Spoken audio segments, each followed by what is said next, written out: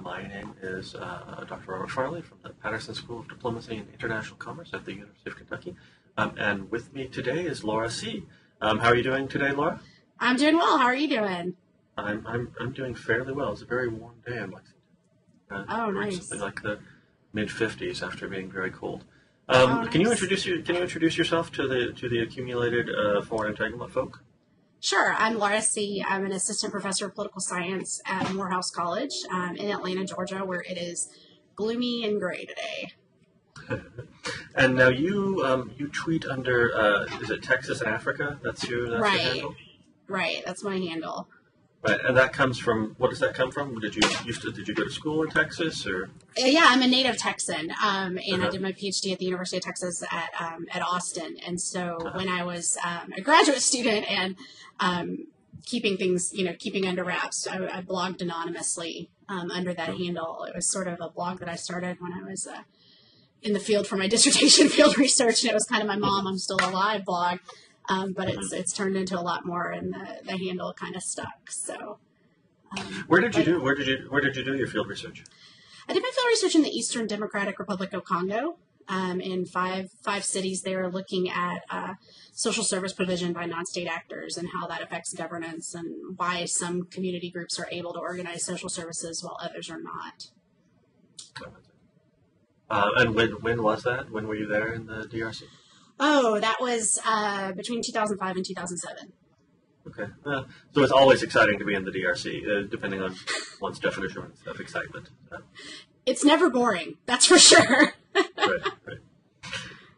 Right. So speaking of places, at least, that have not been boring lately, we'll get to DRC, but I think we're going to start off with Mali and what's going on in Mali. Maybe if you could give a quick rundown of sort of what you think is going on in Mali, what the origins of the conflict are, up through the French NATO intervention, that would be awesome.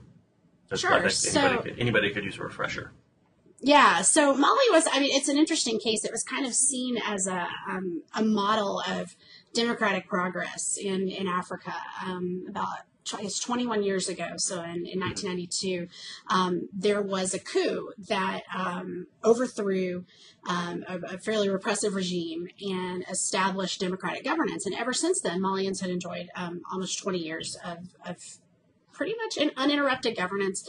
The results of that were, both positive in terms of day-to-day life for people on the ground. You don't have to worry about like secret police coming to find you in Mali or anything like that. People have a strong expectation that the rule of law will in most cases be the guiding force. Can you hear me? Yeah.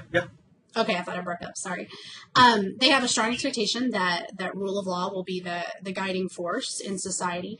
And it was kind of seen as a model by Western powers, and particularly by the United States. The United States kind of flooded assistance, particularly military assistance, into Mali, and did a lot of work. If I can, sure.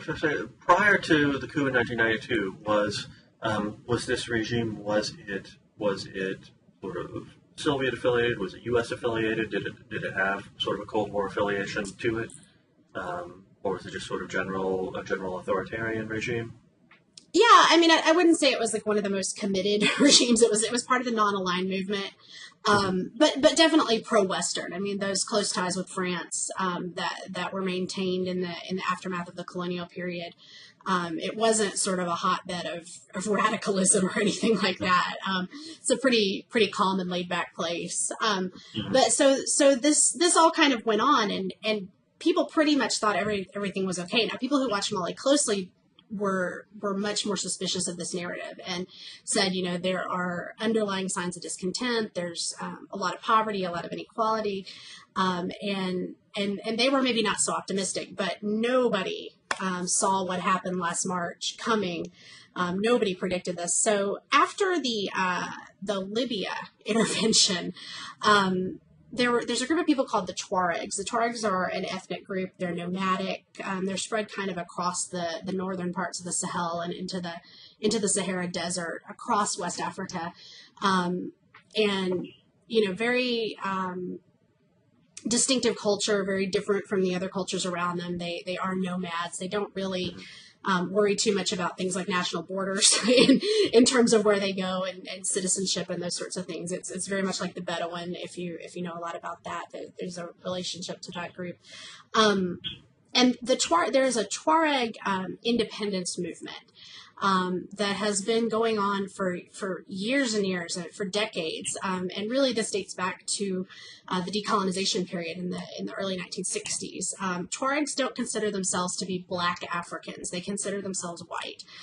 They are of kind of North African origin, so their skin is a lighter color, and they very much don't consider themselves to be the same as people in southern Mali who have very dark skin. And we're getting into all kinds of races and social construct issues here, but Right. But that's kind of the perception. And so there's been a lot of resentment among Tuaregs for decades, some Tuaregs, about the fact that they were forced to be part of Mali by the French, that they really weren't given the option to have their own state. The deal was Mali's going to become independent. These northern territories where the Tuaregs live and Rome are going to be part of that, and of course the government is based in southern Mali in Bamako, and so the people ruling the Tuaregs are Black, and that was not an acceptable situation. So you've had periodic uprisings. Was there a religious divide too, either in terms of sort of formal affiliation or in terms of emphasis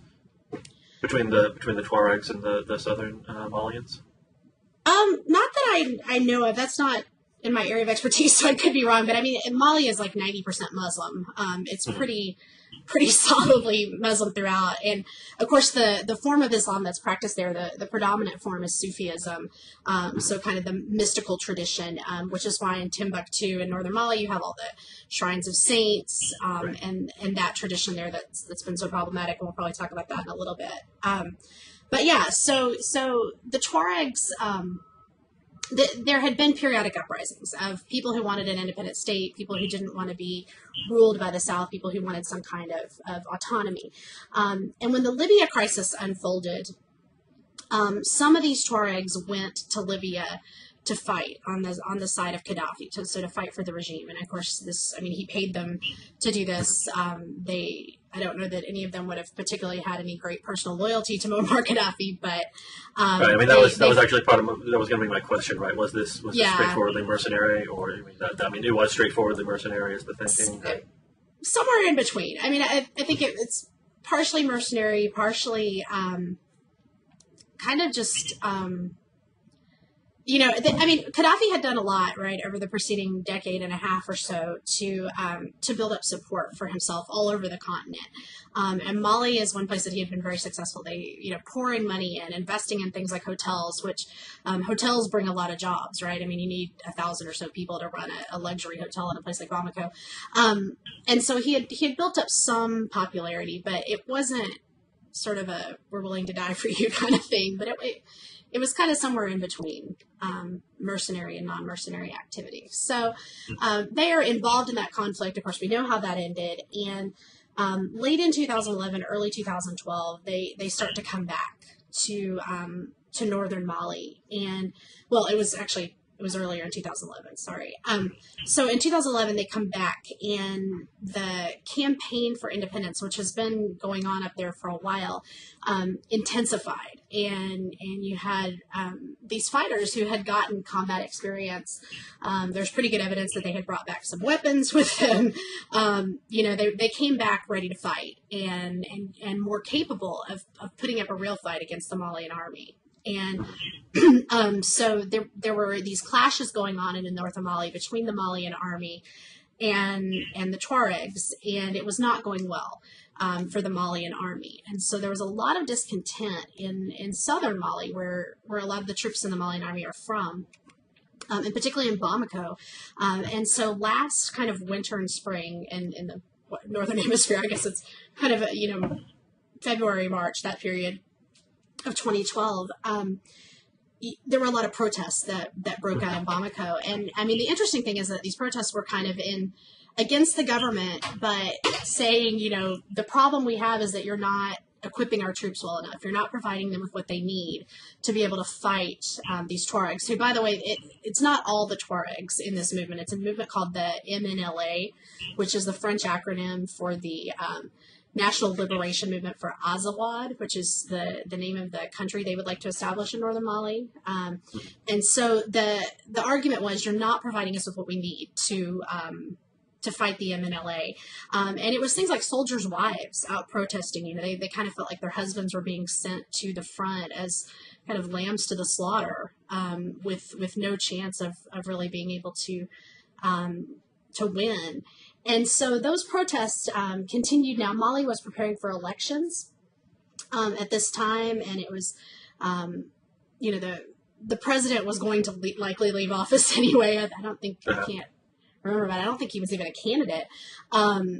And long story short, a protest in March of 2012 at a military barracks outside of Bamako turned into what we would sort of call an accidental mutiny by some soldiers. And they sort of, it seems to have been something that was not planned, but got a little bit out of control, and the mutiny turned into a coup in the space of about 24 hours. So these soldiers left those barracks outside of Bamako, came into the city, were able to take control of some key installations, the kind of administrative complex that's on the banks of the north side of the Niger River there, the national television station ORTM, and under the leadership of a guy whose name is Captain Sanogo, who was... Is it captain? So this was accidental and junior officer led then? Yeah. And led is a really loose term. It was sort of like its amateur hour in the coup. They really did not have a plan. It's sort of, and journalists who were interviewing at that time were saying, we're coming away thinking that Captain Sanogo is just kind of realizing the weight of what he did. He doesn't seem to have had kind of a backup plan or anything. But of course he has. So they essentially kind of set up a civilian government. I mean, there's all kinds of negotiations that were going on. ECOWAS, the regional bloc, gets involved. In the midst of this, the MNLA take advantage of the power vacuum in northern Mali, because, of course, the soldiers up there are completely in disarray. They're not being commanded in any kind of effective way. And the MNLA is able to take control in the north. The city of Timbuktu, the city of Gao, and Kidal are the kind of three big cities. Big is a loose term. I mean, it's not a very well populated area, but the large population centers up there, they take care of. And so the MNLA then has to deal with these groups of Islamists who pretty quickly come in. So there's all these kind of political negotiations and shenanigans going on in southern Mali and Bamako over what's going to happen, who's going to be in charge, are we going to have a civilian government, are we under military rule? All that is going on, but there's a security vacuum in the north that allows first the Tuareg rebels to take over, but then they are very quickly defeated by several different groups of Islamist rebels is the best way I know to put that. I think, you're seeing in the press a lot, like Al-Qaeda affiliated groups. Some media outlets are just calling them Al-Qaeda, which is a gross oversimplification. But you do have these three big movements. So Al-Qaeda in the Islamic Maghreb, AQIM, a group called Ansar Dine, and a group called Mujal, which is a movement for it's a word in Arabic I can't pronounce, but it means like oneness and jihad is what their group name means. So they kind of take control of territories and are much more powerful and better equipped to fight than the MNLA. And that's where we where were they before, right? I mean, was this just sort of a transnational groups kind of floating around the area that it's a great question. Coalesce in Mali? It's a great question where they came from. Yeah, I mean, some of it, yes, transnational groups in the region. Mauritania, Algeria, those areas. I mean, we know that, obviously from the hostage crisis a couple weeks ago in Algeria, AQIM claimed responsibility for that. These are the areas where they activate. So these places that are deep in the desert, that are, very loosely governed, to put it mildly, that are kind of in national boundaries, but those boundaries don't mean a whole lot. And it seems to, in the intervening period, so in the 10 months or so since then, they have attracted some outside fighters from global kind of Islamist extremist movements. But that's sort of been the state of affairs until about 2 weeks ago. We do have a civilian government in Bamako, but it is very clearly under the control of Captain Sanogo and his junta. So there was an incident maybe a month or so ago where was it the prime minister or the president? I think it was the prime minister, tried to leave the country, like to go to France, and was detained at the airport and then forced to resign on national TV at 3:00 in the morning. They've made it very clear that they are actually the ones in control. But they need a better media strategy than making somebody resign at 3 a.m. in the morning. At 3 a.m., right? That's terrible. Yeah, but again, they're total amateurs, right? They're amateurs. They don't have a Facebook page and all that, as far as I know. They're not nearly as sophisticated as Congolese rebels. But yeah, so that's kind of where it is. And then 3 weeks ago, so it had been kind of status quo where they were holding these territories in the north, but largely leaving the rest of Mali alone. And for reasons that I don't know, a few weeks ago, some of the Islamists started advancing south, so towards more of Mali's population centers, towards the areas that were not already under their control. And somehow in this, France decided that was intolerable and that they weren't going to allow that to happen. There are about 6,000 French nationals who live in Mali.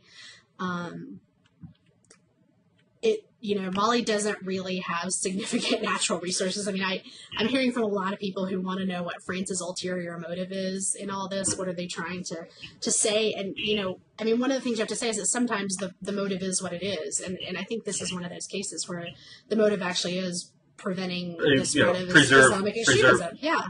Right. Preserve French influence in Mali seems to me an entirely sufficient motive, right? Yeah, but not even French influence. I mean, I think that they were okay with the status quo, just that they don't want to have this Islamist movement getting a foothold in the Sahel. And so, as probably anybody watching this knows, since that time, the French started with an air campaign, bombing Islamist positions, and they have since brought in ground troops.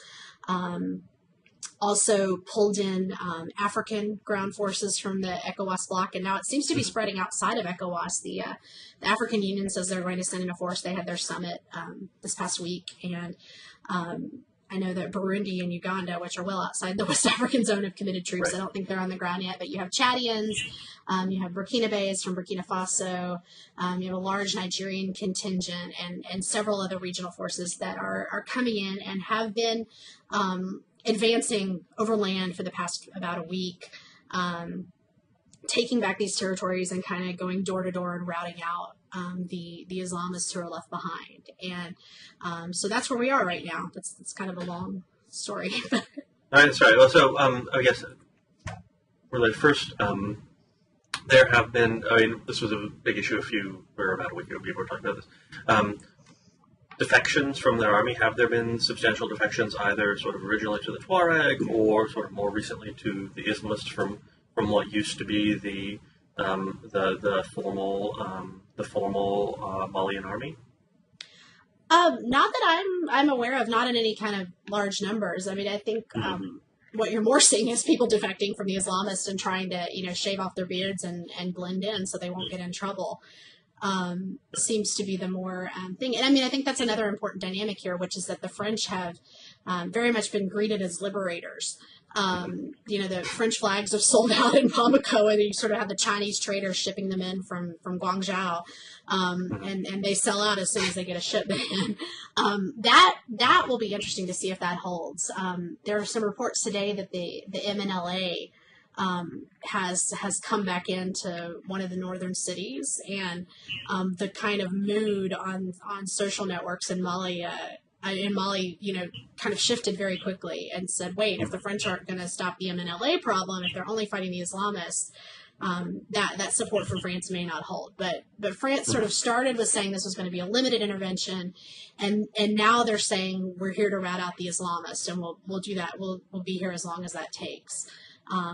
So it'll be interesting to see what ends up being the true depth of their commitment to this. Right, and now the American commitment on this has been fairly minimal, right? Just some refueling plans that we may or may not be charging the French for, right? Or at least that's what I understand. Right, that's the plan. I mean, I think there's definitely an American presence in Mali on the kind of covert side. I mean, there were defense attaches there, and you have to remember there's a long history since the end of the Cold War of military cooperation with the Malian army. Right. General Ham last week, the head of AFRICOM, said that the training that we gave the Malian forces didn't focus enough on human rights and sort of protecting civilians. And there are some reports from Human Rights Watch and others that the Malian army seems to have engaged in some kind of revenge killings or other human rights abuses in some of the cities that they took last week. There is very limited journalistic access to these areas, so a lot of it is kind of hearsay, or one source says this and another source says that. So it's very, very difficult to find out exactly what's going on right now. But the extent of U.S. involvement, at least in the overt sense, is very, very limited, and I think it will stay limited.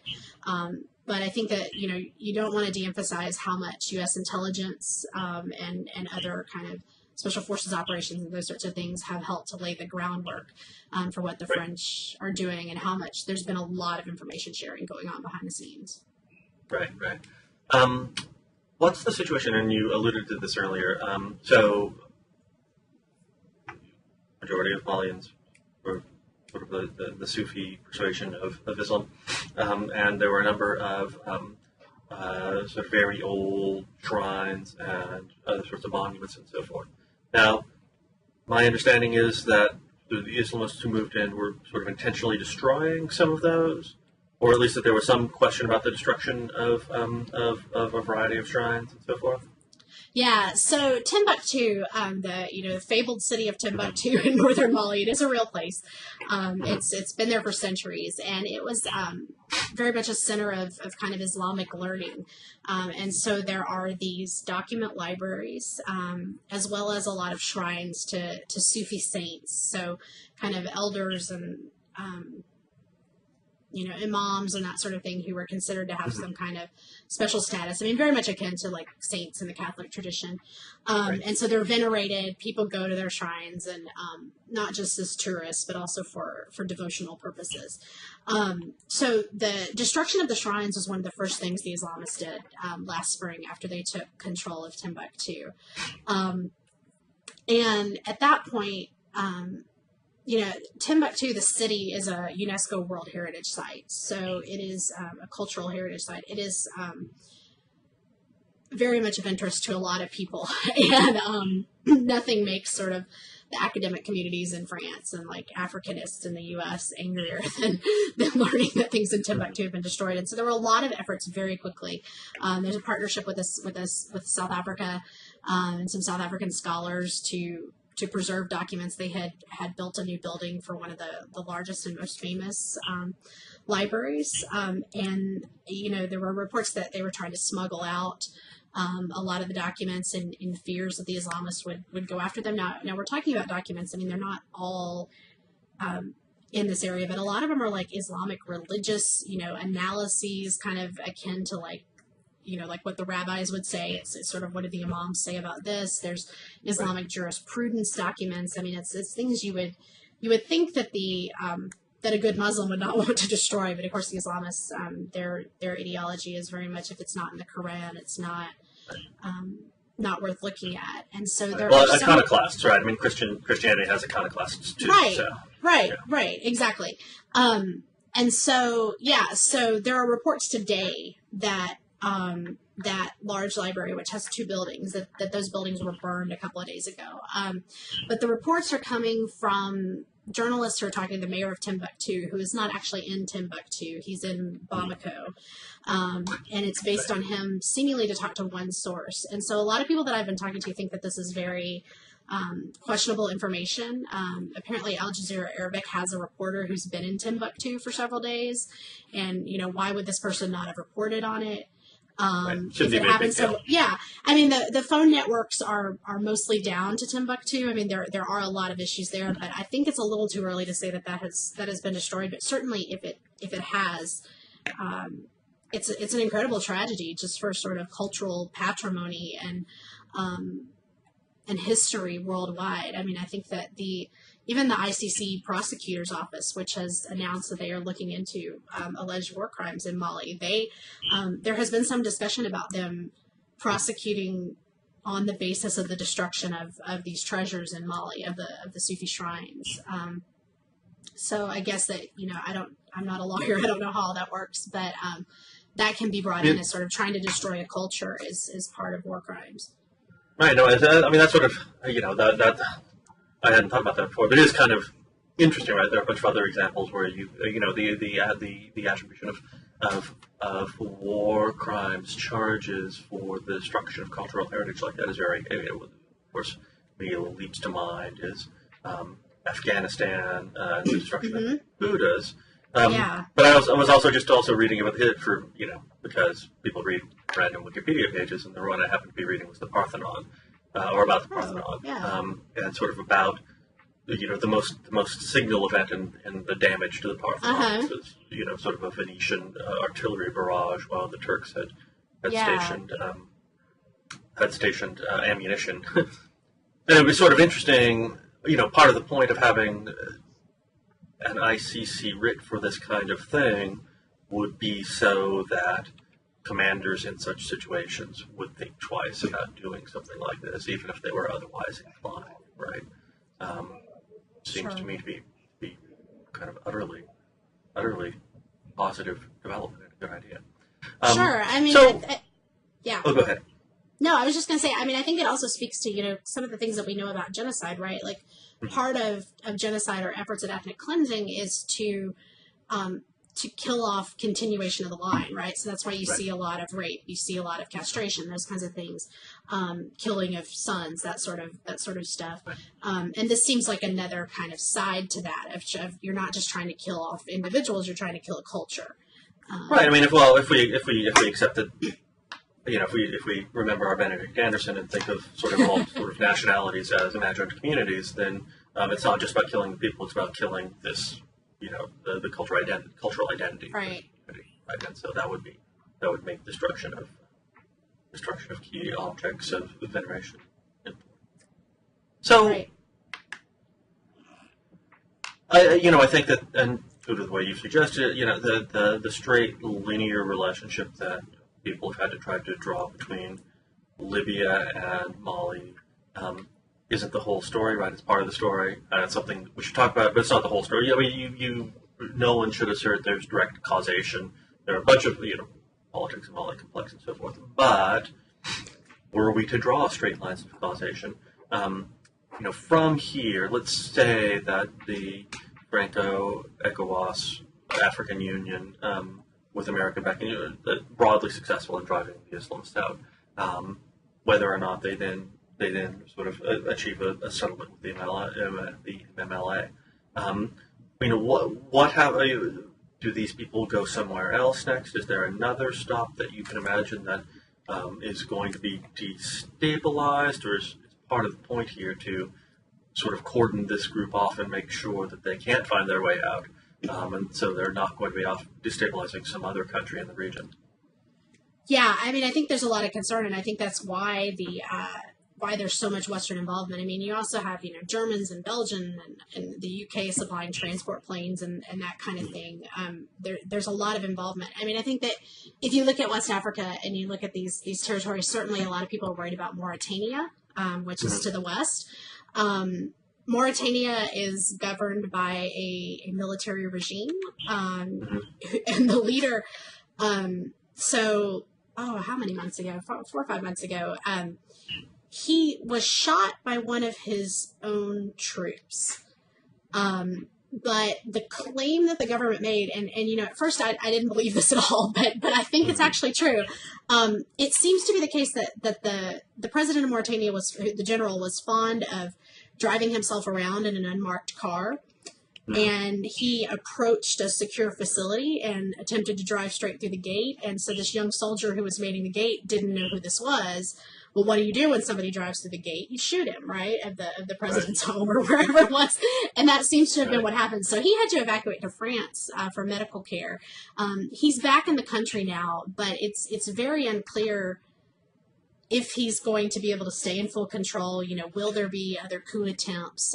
That's a place where I could see an increased degree of state fragility easily emerging, and a place where Islamists could easily take advantage of the chaos. I mean, the other big concern there's always Algeria, but people also are very concerned about Niger, which is to Mali's east, of course. And Niger, the big thing there is that there is yellow cake uranium, as we all remember from the debate in the lead up to the 2003 invasion of Iraq, with Colin Powell giving that testimony at the UN. So that there is fierce scrambling to secure the uranium sites in Niger right now, and to make sure that they are well governed. Niger has had some instability in recent years. There was a coup attempt, and I think there was actually a coup. It's hard to remember at this point, but there was a coup. And then there was kind of a restoration of civilian authority, and it's been a place where governance is also kind of questionable. I mean, I think that goes back to Mali, that these places that seemed stable a decade ago, it may have been somewhat of a facade. It may not have really been as strong as it did, and so it doesn't take a lot to kind of send that over the tipping point. And lead to a mess that, I mean, this time a year ago, if you'd said, Mali will be at full-scale war, the French will have invaded, and you'll have Islamists in control of the north, people would have looked at you like you were crazy. But that's what happened. And I think that, these sites that are sort of very remote, very sparsely populated, desert territory, essentially, are places that a lot of people are worried about, and people who couldn't locate them on a map 3 weeks ago are now much more worried about. Right. And so, I would imagine there are already a set of prophylactic steps being taken. And so, as you pointed out in Niger, but also in Mauritania and elsewhere, right, where relationships are already being built on the ground to facilitate intervention if intervention is necessary, and so forth. I mean, that has to be happening right now. Oh, definitely. I think Mauritania is trickier. The government there is a little less rational is not the word I want to use, but it's the general is not exactly a model of cooperative governance. How about that? Not exactly a model leader. I mean, it's kind of a place where maybe loose cannon is the term. It's very unpredictable what might happen there. So, sort of moving on from, in fact, let's go meta on this conversation. Now, when somebody thinks about some sort of complication to something happening in Vietnam, they don't necessarily ask a Japan specialist, right? I mean, that would right. When somebody thinks about something happening in Lithuania, they don't ask a Spain specialist, right? Now, in South America, maybe it's a little different, because I have this friend who's a Brazilian specialist, and I ask him about Venezuela all the time. Yeah. Because they seem close, right? I don't think they speak the same language, or at least I'm told they don't. But it seems to me that for the Africa regional expert, you need to develop an almost bewildering familiarity to sort of play the pundit role to some extent, right? And I mean, pundit actually is a good thing in this case, right? Not necessarily pundit as somebody who talks nonstop about stuff they don't know, but to play even the mildly informed pundit on Africa. I mean, you have to develop a tremendous level of, a breadth of knowledge on the governing institutions of a bewildering variety of different African states, because it seems like at almost any time you can be asked a question about one of the dozens of different countries in Africa and what's going on there right now. And I guess sort of my question is, how does that feel? Being a regional expert, being specifically an expert on the DRC, but then being asked lots of questions about places like Mali, places I'm sure you get South Sudan questions. I'm sure that you get a variety of other questions in places which are demographically, culturally, geographically, radically different from the areas that you focus on. Yeah, I mean, it can be exhausting if you're not careful. I think that my academic training prepared me very well. African politics is the specialty that you choose when you're doing a degree, and so the training is pretty broad. My PhD advisor was not a Congo specialist; she was a specialist in like Cote d'Ivoire and Senegal. So a lot of the readings for the classes, and things that she would have me go read were about that part of the world. And of course I have to teach, it's a little bit absurd, right? Like I have to teach African politics in one semester. So I have 54 countries and I have 15 weeks. And there's no way to do that, but you do develop kind of a breadth of very shallow knowledge about places you've never been. I think that, that's kind of the thing. And it's been interesting to me as this Mali crisis unfolded. I've never been to Mali. I've read a lot about Mali. I have some knowledge, but I tell most reporters who call me and ask to talk about it, no, because I don't feel qualified. And, I try to send them to colleagues at other institutions who are, and I'll make a plug here for the African Politics Conference Group website, which we can put up a link to. We have a directory of Africa scholars who focus on African politics, and you can search by country. So if you're a journalist and you need an Africa expert on some particular country, you need a Mali expert, you need a South Africa expert, that's a great place to go and find the person who will know the answers to your questions. But it's really interesting to talk to journalists because they're like, well, we don't need anybody who knows that much. We just need somebody who's kind of paying attention, and they really push you to kind of answer questions that I think, like someone who's a China specialist would not feel comfortable answering questions about Afghanistan or Turkey, even though it's in the same continent. But it's assumed that because you're an Africanist, you're going to be able to comment on whatever comes down the pike. So, it's interesting, but it's also a lot of fun. I enjoy kind of the broad-based knowledge, and I think that,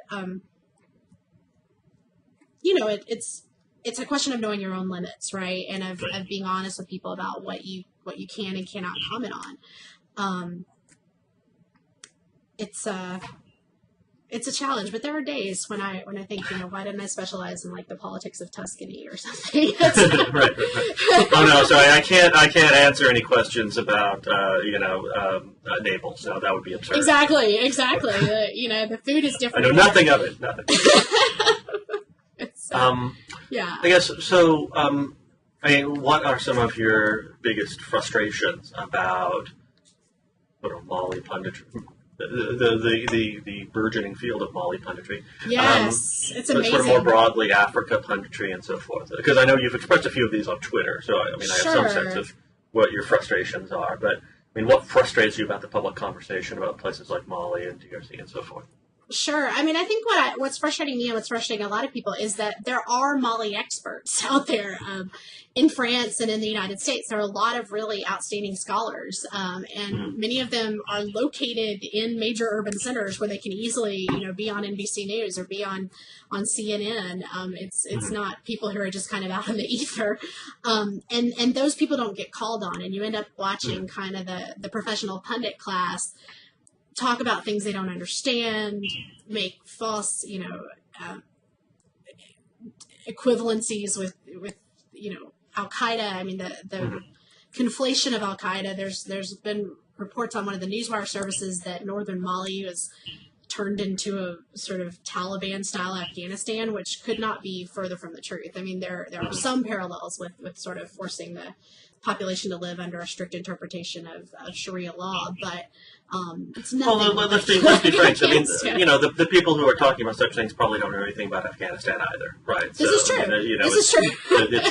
We're equally uninformed, right? So our image of Mali is just that is wrong is just pasted onto our image of Afghanistan, which is also sure, so. Sure, and that's what all my friends who work on Central Asia will say. They're like, well, we get compared to Vietnam all the time, and Afghanistan is nothing like Vietnam. It's sort of interesting, but I mean, I think that one of the criticisms I've had for a long time is that.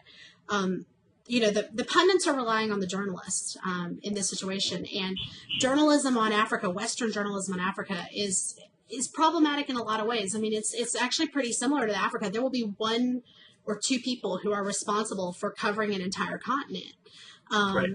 and that has to do with funding, that has to do with the shrinking of journalism, all that kind of thing. But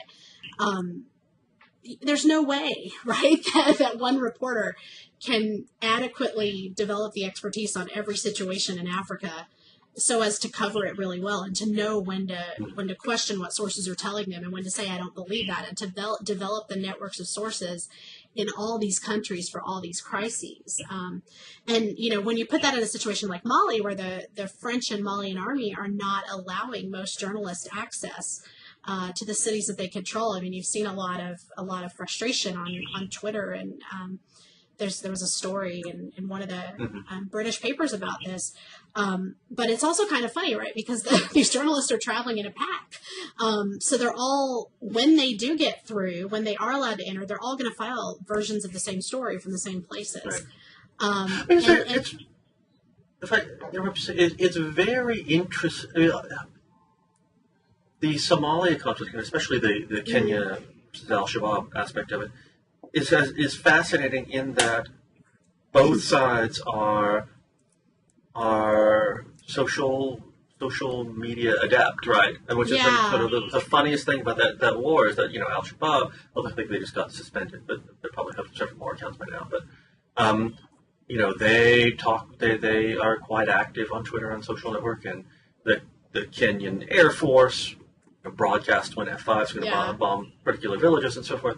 And yet this seems to be, as you suggested, much different, right? That there is a much lower level of, on both, obviously the French know how to use, I presume the French know how to use Twitter. And yet they have been relatively tight-lipped about what's going on. I mean, it's the media blackout on this is kind of interesting, right? Because it has, it's coming in the midst of an era in which we don't ever expect things like that to happen. Right, in 23, right? The same thing in Colby, right? You have very sort of network adept organizations who know how to talk about what they want and what they need and getting their message out. And yet in this case, the actors don't seem, I don't want to say they don't have the capability, because I think they could build it if they wanted to, but they don't seem to have an interest in developing those kinds of capabilities. Right. I mean, they're not trying to win a popularity contest. I think that's part of it, right? And it's interesting that Al-Shabaab does try to kind of build up the support and is much more in the kind of the model of Al-Qaeda, right? I mean, Al-Qaeda, that's how they became Al-Qaeda, right? With the videos, and they would send around tapes and all those kinds of things. And yeah, you really haven't seen that in northern Mali. I mean, part of it is definitely, that cell phone networks in the desert are less available, I guess is the way of putting it. But also, I mean, I kind of, a few weeks ago, I forget what it was that happened, but it was sort of like nobody could reach the Ansar Dine commanders or something like that. And they don't have satellite phones. I mean, every 2-bit rebel in Africa has a Thuraya sat phone, but these guys seem to be much more cut off and much more sort of, not nearly as tech savvy and not nearly as interested in being connected. And I don't know what's driving that. I don't know if it's that they're older or that they don't see a purpose for that they just sort of think that, establishing control over military force and then implementing the cultural understandings is the way to go. I mean, maybe they see it as un-Islamic. There's a lot of possibilities there. Right. I mean, you would expect though that especially Tuareg, and not necessarily the Islamists, but especially the Tuareg elements, and especially those who have recently had experience in Libya, to have an appreciation, right? I mean, it's, the picture we paint of social networking, the Libyan war, is not complete. I think there were actual instances where airstrikes were called in by Twitter, but that wasn't. But there was obviously a situation in which the ability of the Libyan rebels to make their case as publicly as possible had a significant, if not determinative, effect on the decision of Westerners to back their cause. Yeah. And so it's interesting that you haven't had these kinds of movements from sort of the separatists, right? Saying, well, hey, we should be separate because we're not anything like those people down there. I mean, I think that the MNLA, to their credit, are a little bit more media savvy than the Islamists. I mean, they do issue like press releases and announcements and those kinds of things. When they they did declare independence at one point last year and they had an independent state, as they called it, that was not recognized by anybody for about 3 weeks. But like today, they've announced that they have retaken a city in the north called Kidal. Nobody in Mali believes this. There's actually a really hilarious hashtag today called MNLA Facts on Twitter, where people are kind of mocking this idea that they've taken Kidal. But they do at least reach out and try to get attention for the things that they've been doing. In the last week or so, they have been saying, we want to join the fight against the Islamists. We want to be involved in this now. Have they actually done it? No. And that probably has something to do with knowing that their capabilities are weaker than the various Islamist group. But,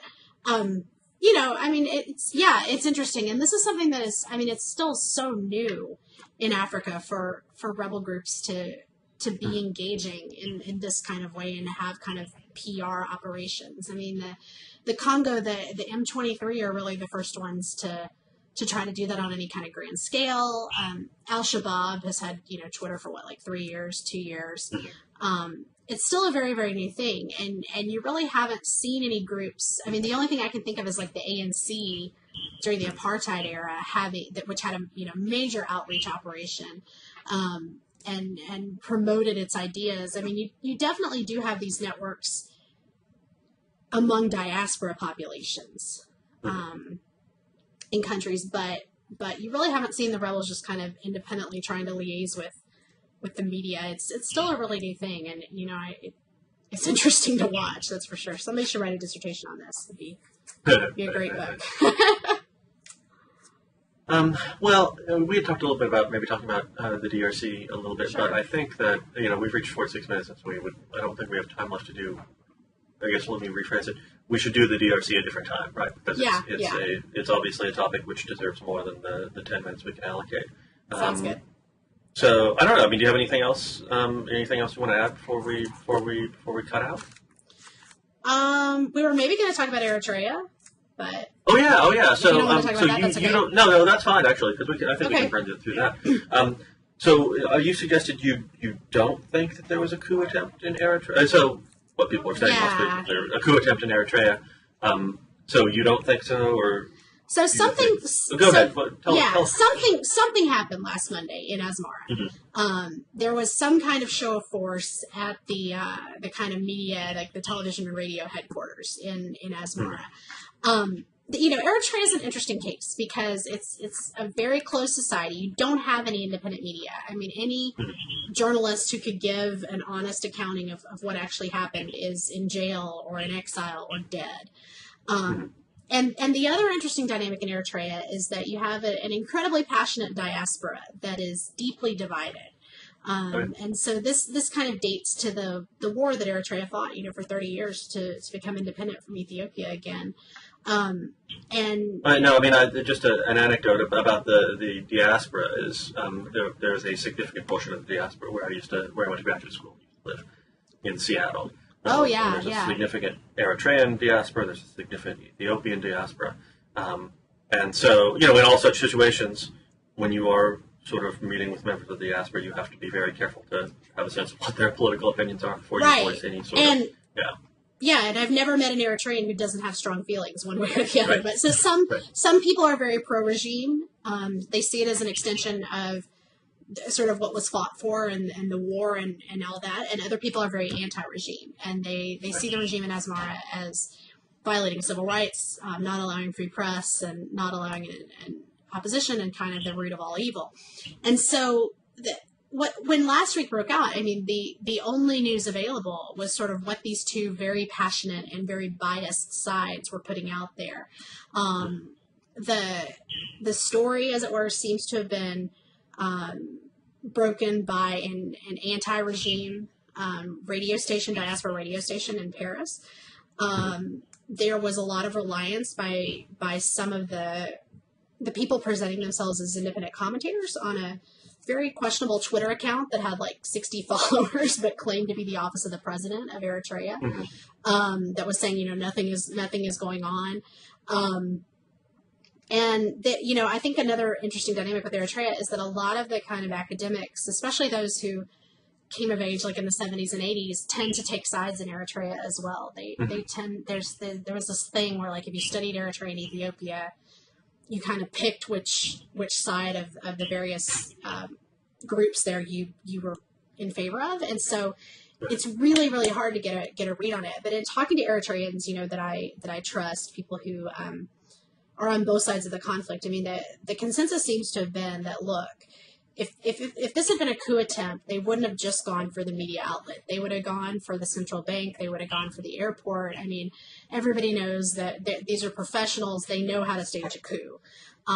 But right. So this is the distinction between Eritrea and Mali, that you would never expect because you have a much more militarized society, and you would never expect a coup just to happen by accident in Eritrea. Right. No, it wouldn't. It wouldn't happen by accident, and it would likely be uncovered before it happened, right? I mean, it's and that's another dynamic in Eritrea, right? Is that people on the two sides are related to each other. They know it. It's an African society, right? They know each other's business. They know what everybody's up to. My understanding of what happened, based on this kind of amalgamation of services, is that there's a group of people who have some grievances who wanted to meet with the president, and that he refused to meet with them. And so they staged this kind of as a show of force to show him what they are capable of, and to show that they are capable, if they want to, of staging a coup without actually doing it. But, that's interesting. I don't have any way to independently verify that, but it does, the more I've thought about it, that a coup attempt, you don't just go, you go for the media outlet, but you don't just go for the media outlet. And that's kind of coup 101. And in a society that is so militarized as Eritrea, where everybody fought in the war, and they know how to do this. I mean, it just seems, it really does seem that the kind of show of force might have been the more accurate thing. There seem to have been really exaggerated reports about the number of people involved. I mean, there were discussions of like 100, 200 people surrounding the information center, and that seems to not be true at all. It's really, it's an interesting case in kind of when something like this happens in a very close society with no information channels. It gets perceived worldwide as sort of who wins that information battle, right? And so the Eritrean diaspora that is anti-regime quickly and very broadly got out the word, this is a coup attempt. People are disgruntled and it failed, and so it's called a mutiny, or it's called a failed coup attempt. But the actual dynamic of what went on seems to have been a lot more complicated than that, and a lot more about kind of internal politics and who the president's going to listen to. So, but of course, we are, especially so first we're sensitized to not paying attention to anything that happens in Africa, but even those who are sort of watching right now are kind of at the moment sensitized to worry about this kind of event, right? And think a lot about this kind of event. So these reports are very interesting to us. Question: to drag an Eritrean connection to the United States. Now, 10, 15 years ago, the Eritrean military was renowned for its gender inclusiveness. And, especially given the decision that just came down about women in combat last week. Now, Eritrean society seems to have changed a lot in the last 2 decades. Does it still have this, does it still have this reputation for gender inclusiveness in the military, or is that really changing? Is the military growing more conservative? Do you have any sense? I don't. I know that Eritreans are very, very proud of the fact that the Revolutionary Army was 30% female. there's these fantastic, if you go dig in the sort of images from that time, these fantastic images of these female soldiers, in shorts, and the military made its own sandals out of tires. And so they're like wearing shorts and tires, and most of the women had these fantastic afros and were just kind of living in the bush. And, I think it's hard to go back from that once you win liberation with that. So I don't know what the composition of the Eritrean military is right now, but certainly Eritrean women are not passive in any kind of way. I mean, they're not to be trifled with. They expect gender equality. And they expect to have their views respected. And, there are a very large number of women in society who can say, I fought for the freedom of this society. And so I have the right to say what I think. And I don't think that has changed. But, yeah, I don't know about the military. Right. That's very interesting. You see, that's another distinction right there, right? Would be something along the lines of a role of Eritrean women and Eritrean veterans in the diaspora, in either diaspora. So. Yeah, it's too bad nobody can go research it. All right. Well, this has been fantastic, and I think we should come back another time. We should come back another time and do a longer one on the DRC. Unless suddenly the DRC gets boring and nothing happens there for the next 5 years, which I suppose that could happen. It's unlikely, though. Well, all right. Well, thank you very much. And, thank you. This was a lot of fun. Viewers, Yeah. Foreign Entanglements viewers, thank you for watching, and come back next time.